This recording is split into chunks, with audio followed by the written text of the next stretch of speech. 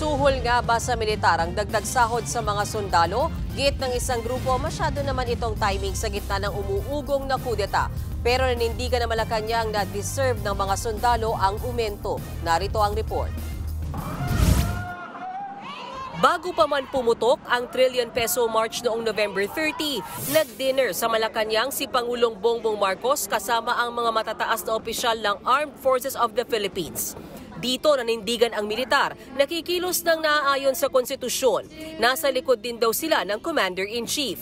Nangyari yan sa gitna ng umuugong na kudeta na diretsang itinanggi ng AFP. Bukod sa pa-dinner, kahapon, bumisita si PBBM sa Naval Station Felix Apolinario sa Panacan, Davao City. At kahapon din, inanunsyo ang dagdag sahod para sa mga militar at uniformed personnel. 3 tranches yan, simula 2026 hanggang 2028, para raw sa kanilang sakripisyo at national security. Sabi ng Kilosang Mayo 1, obvious na binibili ni PBBM ang katapatan ng mga pulis at militar para hindi siya ilaglag sa pwesto.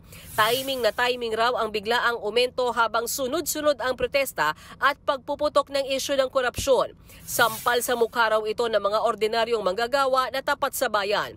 Umalma rin ang Trade Union Congress of the Philippines o TUCP. Wala raw dapat double standard. Kung kaya taasan ang sahod ng uniformado, kaya ring dapat taasan ang sahod ng manggagawang Pilipino.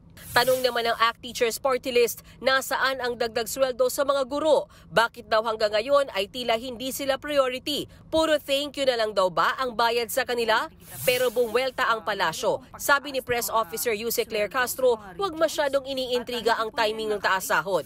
Obligasyon daw ni PBBM bilang Commander-in-Chief na kilalanin ang sakripisyo ng militar at deserve daw ng mga sundalo ang dagdag.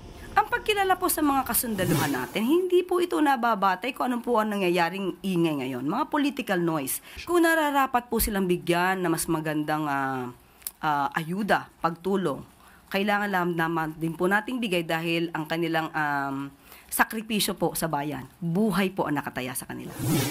Dumepensa rin ang Department of National Defense o DND. Sabi ni spokesperson Arsenio Andulong, overdue na nga kung tutusin ang taas sahod. Bakit naman nila iisiping suhol ito? Medyo isipin naman nila yung kanilang sinasabi.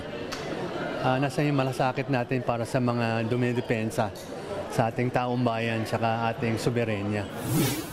Kasabay nito, nagpasalamat sa Pangulo ang Department of Interior and Local Government dahil sa mas mataas na base pay at subsistence allowance ng PNP, BJMP, BFP at Coast Guard. Mga kapatid, Mean Los Baños po, huwag magpahuli sa mga balita at impormasyong dapat ninyong malaman. Para sa mas malawak na balitaan at diskusyon, mag-follow at mag-subscribe na sa social media pages ng News 5.